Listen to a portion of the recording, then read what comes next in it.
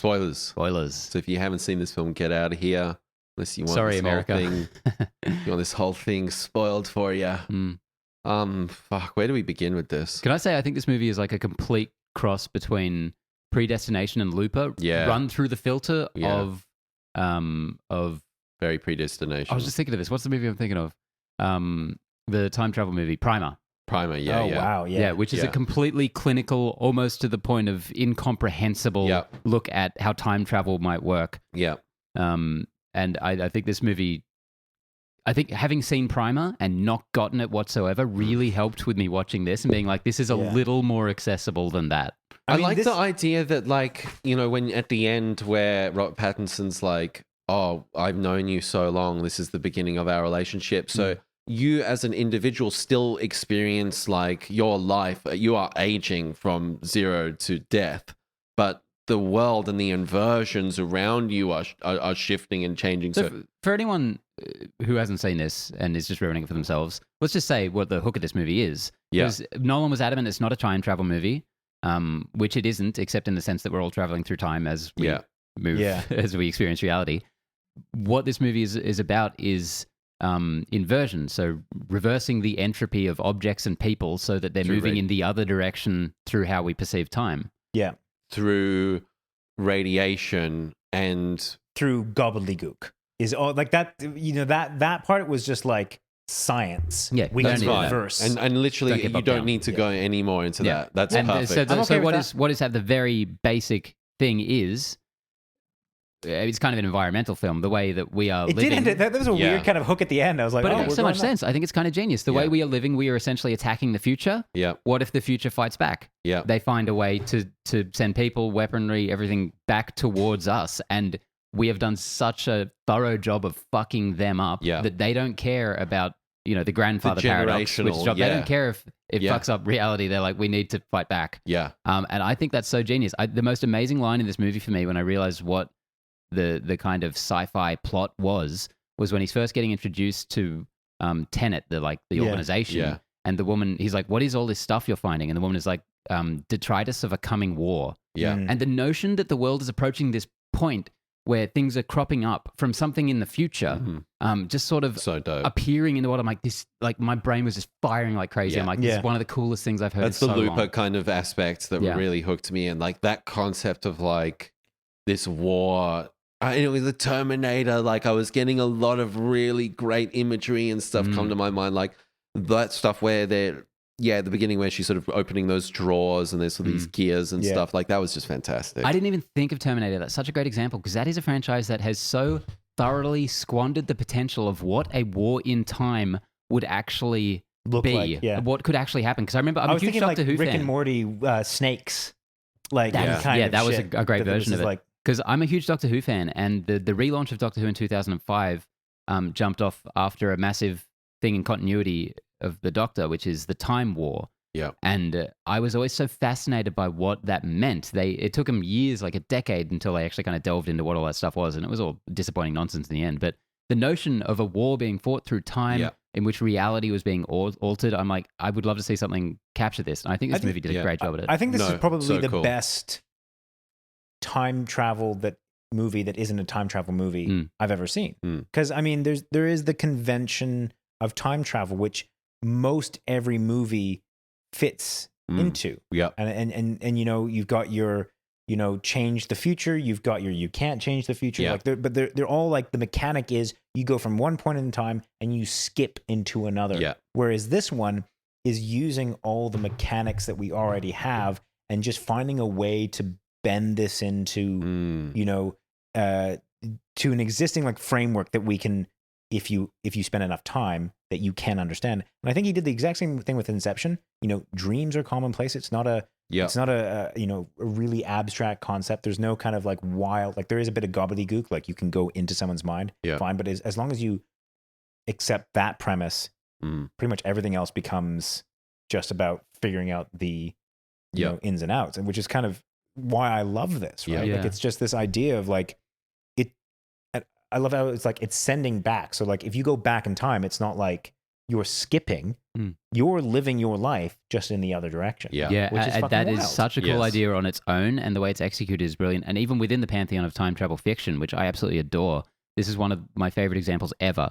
Because I'm so in love with the idea of like really deterministic time travel. Like if you go back in time, you're not changing anything. You're fulfilling what has already happened. Yeah. And this movie kind of plays into that because Robert The Pattinson, predestination thing. absolutely, yeah. Robert Pattinson, we find out at the end, has had a relationship with the protagonist for a very long time, and has been seen throughout the movie. He's in the very first scene. He saves him from getting shot in the terrorist attack, and he kind of pops up here and there.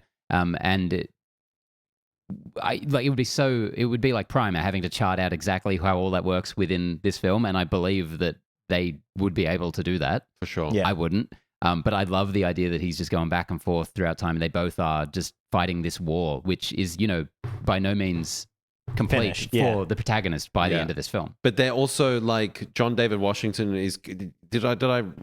Was this correct that that's sort of he's going to train him and have this long relationship with him, and that's Robert Pattinson's last interaction. Yeah. When in linear time, that should be, the other way around. Yeah, essentially. So in the scene that you're talking about, this is the end of the journey for Robert Pattinson. Yeah. It's more or less the beginning of the journey for Which Washington. Is so cool. And I would be remiss if I didn't mention that this is a major plot point they stole directly from Doctor Who. I'm not saying they actually stole it, but the Doctor has a wife in the new series, and they have the exact same thing. The first time he meets her is the last time she sees her. Oh, okay. Okay. Yeah. So I can't remember what we were talking about. So wait, so if we're breaking down, Kenneth Branagh, as a 17-year-old Ukrainian kid, comes across some time capsule addressed to him. He kills the other dude. Mm-hmm. Very Gollum. And he has this mission with these 9 weapons these Horcruxes that he has to put together. It's the formula. It's a physical embodiment of the formula that allows this technology to exist. So so that it can't be communicated or replicated. So that was one of the parts that I found took me a while to really, because I just kind of took it as this is the big bad bomb that they need to stop. Yes. Right. When I was watching the first time, and then only after the credits ran, I was like, all right, I need to actually figure out what the fuck that was. And so they did say it, but what I figured was that basically that bomb, let's say, when activated, would mean that everything. Yeah, everything would invert as opposed to certain objects or people. Yeah. Everything would invert. And then basically, and that's where I started to kind of get a bit confused. I'm like, well, what does that actually mean? And they kind of address it in the film in the same way that Looper does, which is like, don't think about it too much. Yeah. Although I liked what they did more, which is they say, we don't know. All that matters is that they don't care. This is all theoretically, yeah. And there's kind of a notion that if this war escalates enough, all of reality will just cease to exist. Yeah. Or if like a person comes into contact with himself. But it's a fantastic little, like that piece of information I think is really critical to this not being ridiculous. And another piece that I thought was really important was the notion that in this battle, the tide is in the protagonist's favor. Time is flowing in that direction. Yeah. And so the antagonists are kind of pissing against the wind, in a sense. That's right. Like they have to fight a lot harder to get their stuff. But if it's all reversed, then it's game over. Yeah. And I mean, that stuff was all fantastic in this film. Like even the red team, blue team stuff at the end. Like so confusing. I had no idea what was fucking going on, but enough to know, like when the buildings exploded, the double explosion, that was fucking awesome. Yeah. Insane. So impossible to even wrap your head around. Yeah. So the second I didn't time, need to. I didn't need to. Yeah. Did that last, like the battle scenes, did that make more sense watching that visually? Yeah, absolutely. Because basically there's this 10-minute battle at the end. It's like specifically timed to be 10 minutes with 2 teams running a pincer movement in time. A blue team and a red team, one team moving forward in time, the other team running backward in time. I got that. They go into this battle getting information from the team that has just come out of it. They show up in the big shipping containers, and the guy's like, why won't they let us see him? And they're like, maybe we won't be happy with like how the battle went. Yeah. Which is just a mind-blowing idea. I absolutely love it. This is such a movie that if you think about it too much, it will hurt you. But I mean, like, but actually watching the battle. Yes, yeah, did yeah. that make more Yeah, sense? yeah. Because that was confusing as all hell. no, absolutely, because you're getting characters from both ends. Robert Pattinson reverses which direction he's traveling through time About halfway through yeah. the battle, and you watching it again, you realize he's there on both ends. There's like multiple versions of him going through this, and he kind of saves the day, and then has to explain that he has to go back and Again. do it again. Yeah, which is just so nutty. And there's the big thing a lot of people talk about is this building explosion, which is a building that has exploded, reforms, and then they blow it up again. So it's like this paradoxical building that exists for a second in time before being blown up by both sides. Yeah. It's beautiful. It's like a thought experiment. Yeah, I that's absolutely love it. crazy. Yeah, I mean, all of that stuff, like, fuck, man. Yeah. Talking about this stuff with you now is getting me a little bit more G'd on this movie. Like, this stuff is really cool. I think what really helped me out with this was talking to my partner about this afterwards, just like rolling it through my head and like do you know bouncing what? theories This wasn't off the and- stuff we were talking about. It was so interesting. We weren't talking about these sort of time loops and stuff. I think we both kind of knew that Nolan had that covered. And if I were to really break it down, like That way madness lies. that'll be watertight. It was like the Elizabeth Debicki character. It was like the John David Washington spy stuff. It was like... all right. Have we talked about the no, mechanics of it I'm enough? sure we haven't. Well, all right. Can we just one thing come I wanted to ask you, Ben, because I just haven't had a chance to go back and watch this again. One of the scenes that confused me was that end scene with the guy on the other side of the gate. The guy on the other side of the gate was Robert Pattinson. Yeah. He took a bullet to the head, correct? Yeah. Right. That's all I needed to know, because that happened so quick and so kind of like Yeah, it is. trying to 'cause follow that was really difficult. Kenneth Branagh says to shoot John David. Yeah. And the guy puts his gun up and he stands up. He stands up and takes the bullet in the face. Yeah. And then the And was doors that open for them to him come in. in reverse, or was that him forward, or does it really matter? I think it was him in reverse. I'm gonna have to watch this a sixth time to be able to give you a proper answer. But Okay, so that was one of the parts that kind of confused me. I just took it as I'm pretty sure that's Pattinson. So when he says goodbye to him at the end, that's him basically saying, "I've got to go get shot in the head." yeah, I don't know that he knew necessarily. I don't know, but because John David was like, "Can you do it differently?" And he's like, "Who knows?" How did they? Okay, so one thing, how did they get around the fact that didn't they say at some point you mustn't encounter yourself, you mustn't see yourself, you mustn't touch yourself? But then John David Washington has that full-on go at himself. It's like literal physical contact Yeah, between I your think own it's- atoms. Right, okay, Like, 'cause he was that's wearing why they wear gloves? the suits. That's why they Okay. say they wear those suits. Right. Can we talk about that?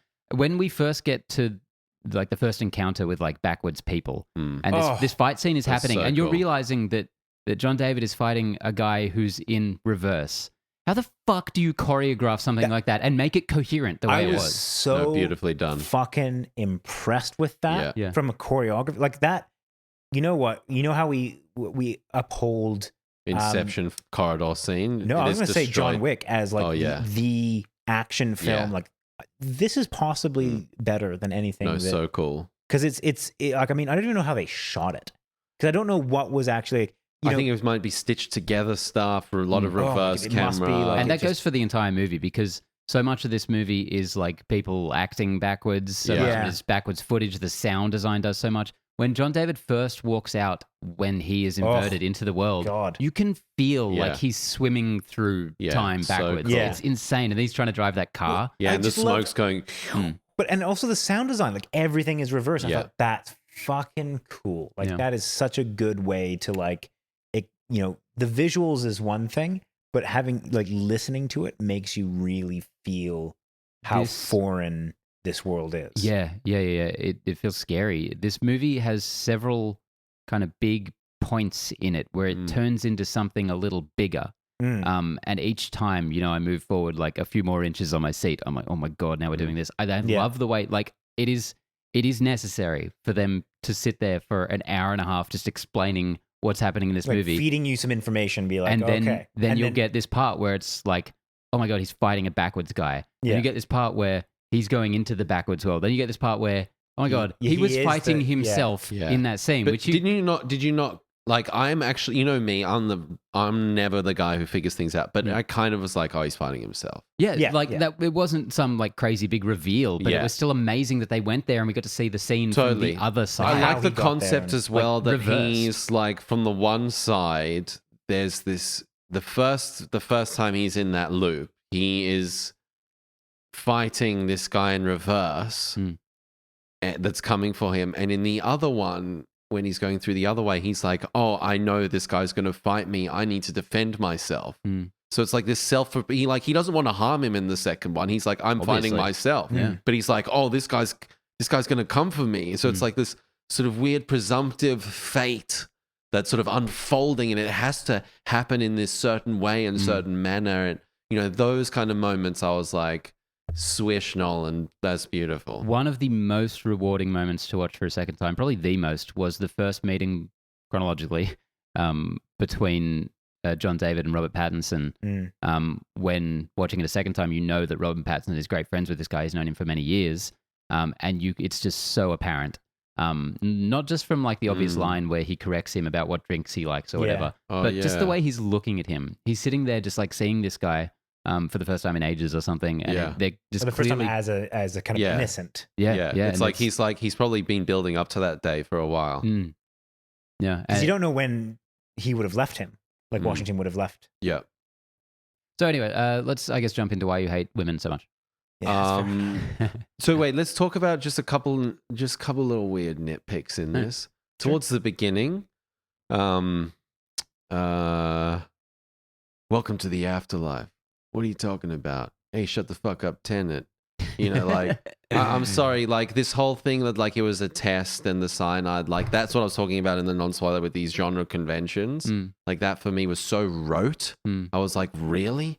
Really? Are we going down this path in this amazing, incredible, like intertwined, like obviously you have to have these things, but that for me was just like, that already Tenet for me on that moment was on a bit of a like, damn. oh man, See, really? And then we went through this whole little fetch quest, the art gallery, this. It was only when we got to that fight scene with John David Washington that I was like, okay, now we're starting to kick in the gear a little bit. There was, when you guys were saying before, there was not a moment wasted in this film.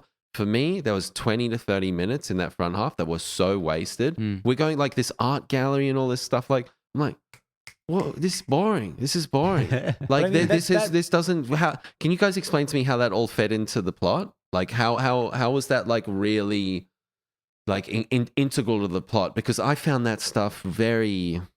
I don't know how in depth into that I can go. All I can say is I enjoyed the build up. I enjoyed the pacing of this film. I felt as though when I say that there was nothing wasted, like there's no point where they, you know, what you do sometimes get with spy films, and which I do find as a boring kind of trope, is when they like show up on the screen, this is the bad guy, he's got the nuke, and you know, this is what you need to do to stop him. I loved how in this one he's like, I don't know shit. I've got a hand sign for you. I've got a word. Go figure it the fuck out.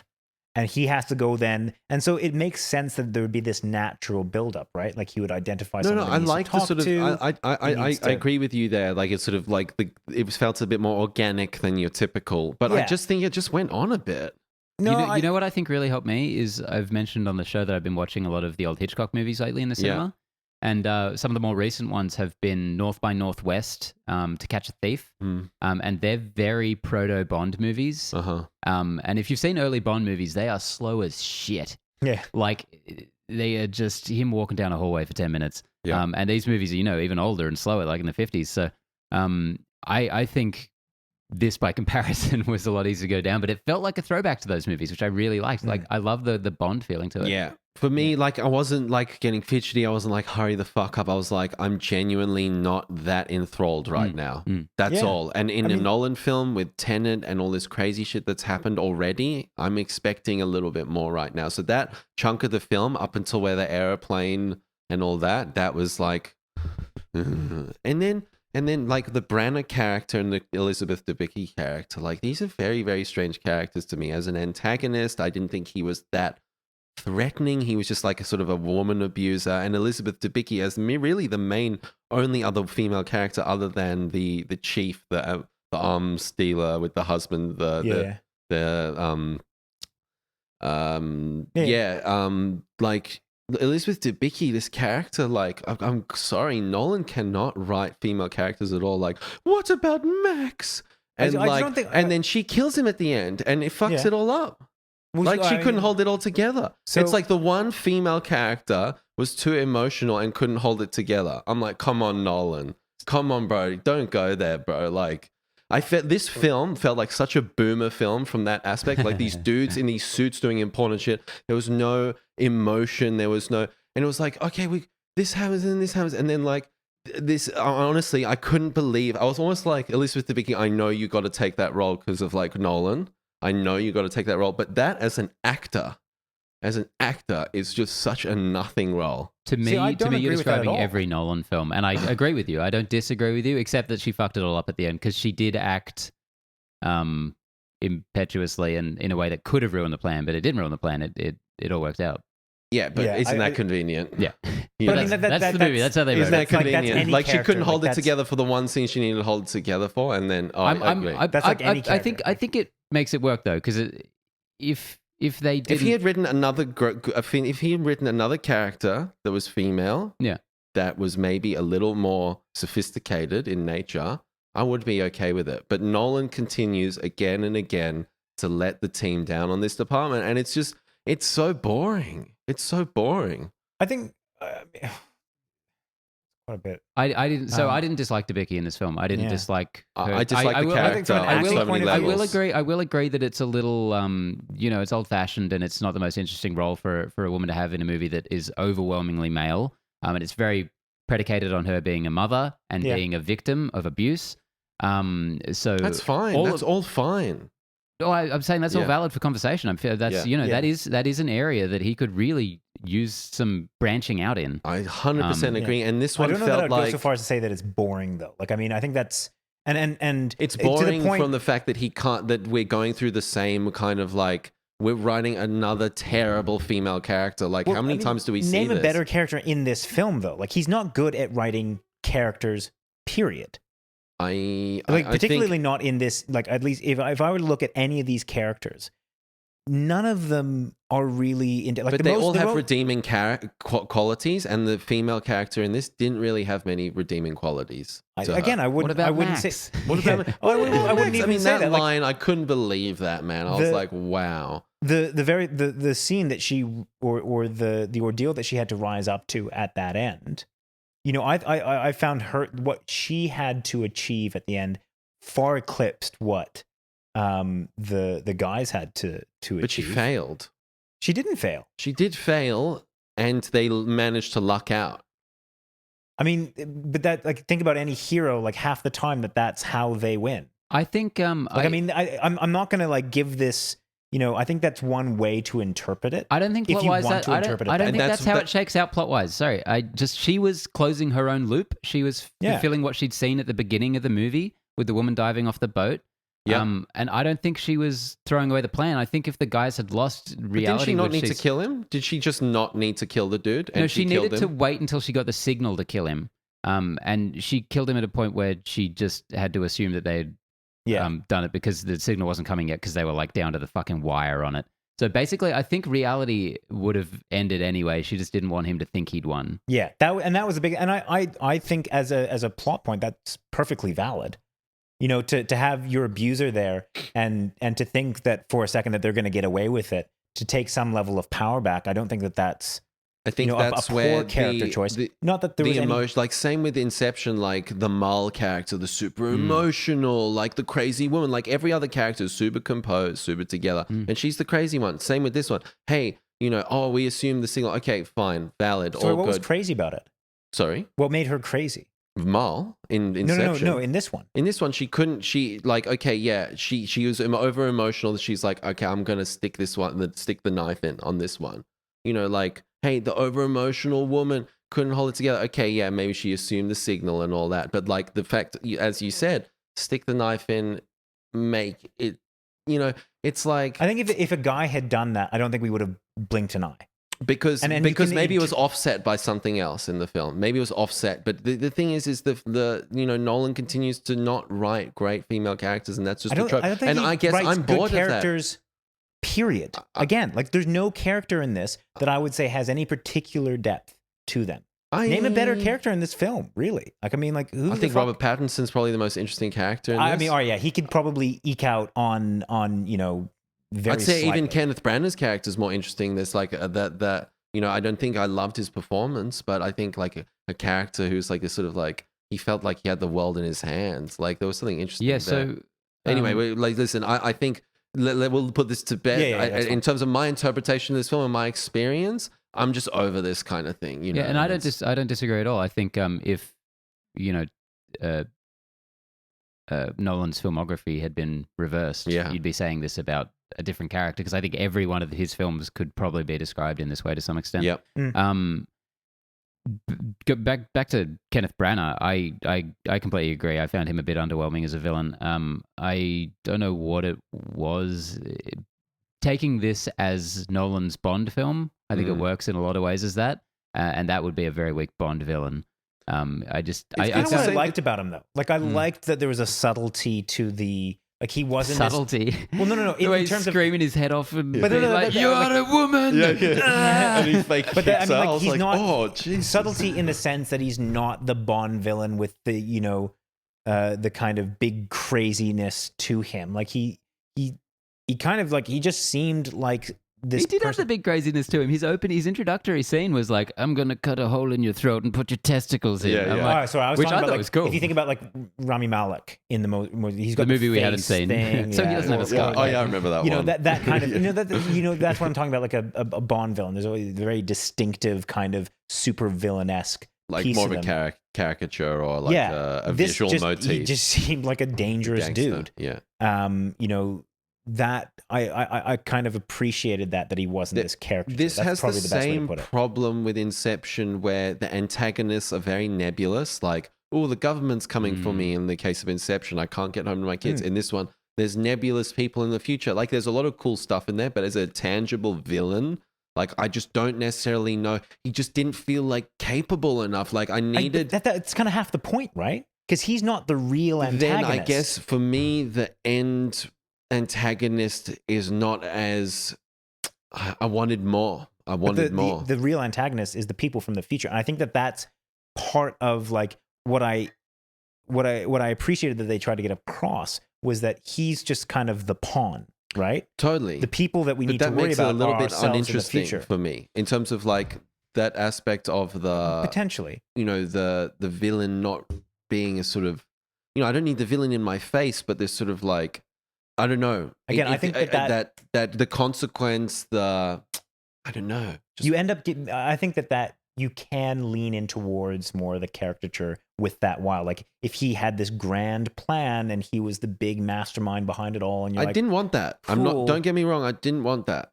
That's not what I'm saying. I'm just saying that the overall villain in this just didn't have enough punch. Same with the Interstellar. That's like, fair. What's the villain? It's like a black hole. I think Nolan seems to kind of be going through this sort of like very nebulous sort of like environmental. I like villain. that the villain, that the antagonism, like the conflict isn't necessarily in this big dude twirling his mustache or anything like that. It's in the environment around you. It's about the struggles that you have to overcome and whatever it may be. And I think that for, as a plot point, or as like kind of the physical manifestation of the threat from the future and all that, that was a good character to portray that. Yeah, potentially. And again, that's just how I felt. Yeah, for sure. I also have a soft spot for Kenneth Branagh. I really like him. So, I mean, sorry for opening that can of worms. I think for me, I just didn't love the performance. Kenneth Branagh wasn't really kind of interesting or striking enough necessarily for me to live up to the plot, which I love. I love the story of the villain and the villains. And I love his character's journey. I think they probably could have punched it a little harder exactly how it works in the movie, because I think it's very fascinating, this idea of like time capsules going back and forward and kind of setting him up in the past. But how much time do you have? Yeah, exactly. There's probably a 4-hour cut somewhere out there that explains it. No, I think Nolan shot not a second more than he intended. Yeah. Was there any other like? So I mean, to kind of sum up in terms of characters, Mm. I would certainly agree with you in the sense that I don't think any of the characters were relatively well put together. None of them had particularly good arcs. Yep. Out of the people that did have arcs, I think that, can't remember her name again, Elizabeth Debicki. Debicki. Jesus Christ. I think that she had the most interesting arc in that it wasn't just gaining new information. She actually had to kind of overcome this box that she was trapped in. I find that far more interesting than anything else that anyone else had to go through. But beyond that, I don't think that there's many, particularly well-written characters. The plot, again, is relatively stock standard spy espionage plot, although with less trimmings, I think, like less of the kind of expositional stuff that usually goes into a spy movie. That was more dealt with mechanics. And then on top of that, I think that it was just this immensely complex mechanic that I think just makes it a really interesting film to watch again.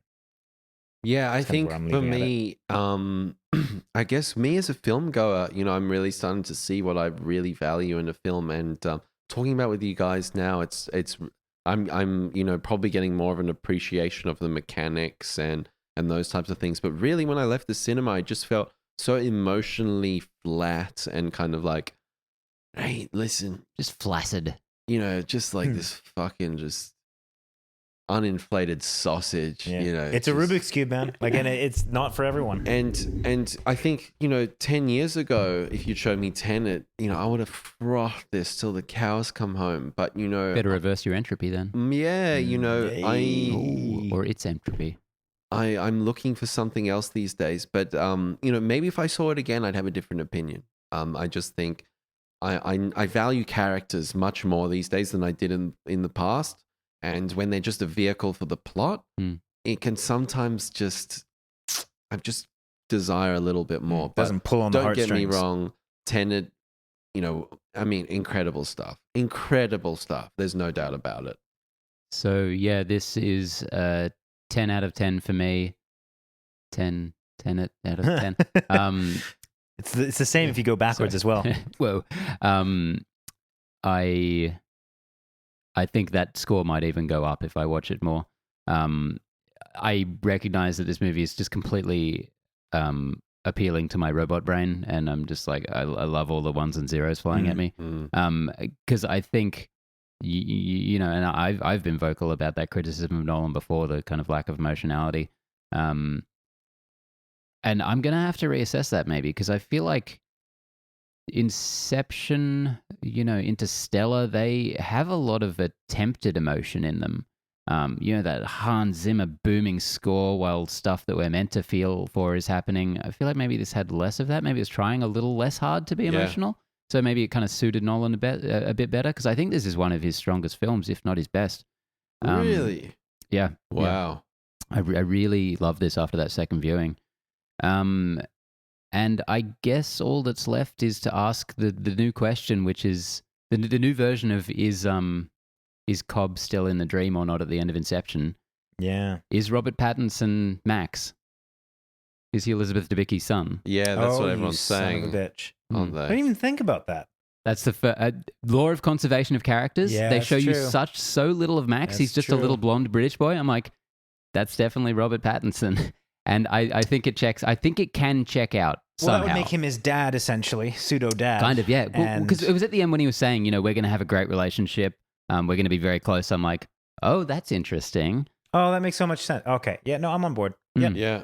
that's his Okay. dad. Yeah, Cool. Oh. that down. All right. No controversy? Yeah, no. This I saw a this- few comments talking about that, and it's sort of like I can't quite figure it out, but I'll just nod. So makes sense, yeah. no one out in my screen kind of mentioned it. And I'm like, I got to go, because there's no reviews or anything out when I saw this.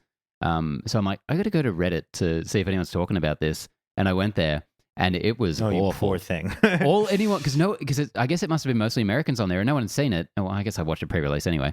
But all anyone was talking about was the review scores coming out, and like, everyone calm down. Like the reviews are a bit mixed, or like they're not as good as that's the great. Rotten Tomato score. It's like their That's identity was just great. so heavily attached to this movie they hadn't Really? Is even that what seen you yet. saw on Reddit? Because I only saw everyone was just talking about the plot and stuff from what I saw. Well, this was like before anyone had seen Right. it. Like okay. I was went on there way so early. Sunday evening. I went on that. So yeah. Okay. But those Nolan fanboys, God bless them. But everyone chill out there. Don't attach too much of yourself to pop culture. Nolan sucks. Definitely not worth it. Yeah, whether you like the movie or not, it's fine. One thing I'd just like to say, I really want Nolan to do a horror film or something different. Like, I really need something very different from him, drastically different, because I think this one is, he's gone too far now. He needs to really mix it up for The me. madman. Yeah. Yeah, not to be so antagonistic towards you like the entire review. No, that's fine. But I'm this kind of reaffirms me that I think that Nolan sticking with what he's doing is, I'm so on board with that. Yeah, fair I guess enough. I'm right in the middle of you guys, because I feel like this is the most Nolan thing anyone could ever make, and he should not attempt it again. He should do something different, because okay. this is like I get what you're the saying. biggest, like most finely tuned, perfectly Nolan film that literalizes the way he plays with time in storytelling. I don't think he could. No, I don't think he what could do best want? this. I want the connecting to show that the world is the same with Inception. You want the Nolan verse. I want him to go like meta, super insane Nolan, And Batman shows up. Just have Inception with a pincer time movement, and just really like create a film that you would have to watch at least 6 times to have any notion of like what the fuck is going on. You could do something interesting with the Let's connections. find a good female character. Like, let's just start there. You could do something interesting with the connections between this and Memento, maybe. Yeah, that too as well. Fuck. Anyway. Tenet. Maybe we'll talk a little bit more next week. Maybe we won't. Tenet, the sure to be universally loved and not controversial or discussed about film. We should talk about the reviews next week after we've had a bit more time to settle on it. Because and we'll have some box office numbers. I think as well. that the reviews have been a bit more sort of in my department than you guys. I've seen a lot of them saying it's overly complex, Yeah. and a little clinical, but they're mostly positive. Okay. Yeah. Judging by the Rotten Okay, Tomatoes fair score. enough. Rotten Tomatoes has it In the 80s. relatively high. Well, I'm glad you guys think I hate it. But I mean, Batman, like The Dark Knight Rises, was in the 80s, I think, as well. For Was the it Rotten really? Tomatoes score, so Jesus. critics. Jesus fuck. Well, that doesn't mean much then, does it? Don't worry, guys. It's just the critics. I guess No it's one going to gets be a all pass, right. no matter what. Fucking Can't hell. hurt you. All right, we'll be back next time for some other shit. Hell yeah. It'll be fun. Tenet. Too easy. Tenet. Catch boys.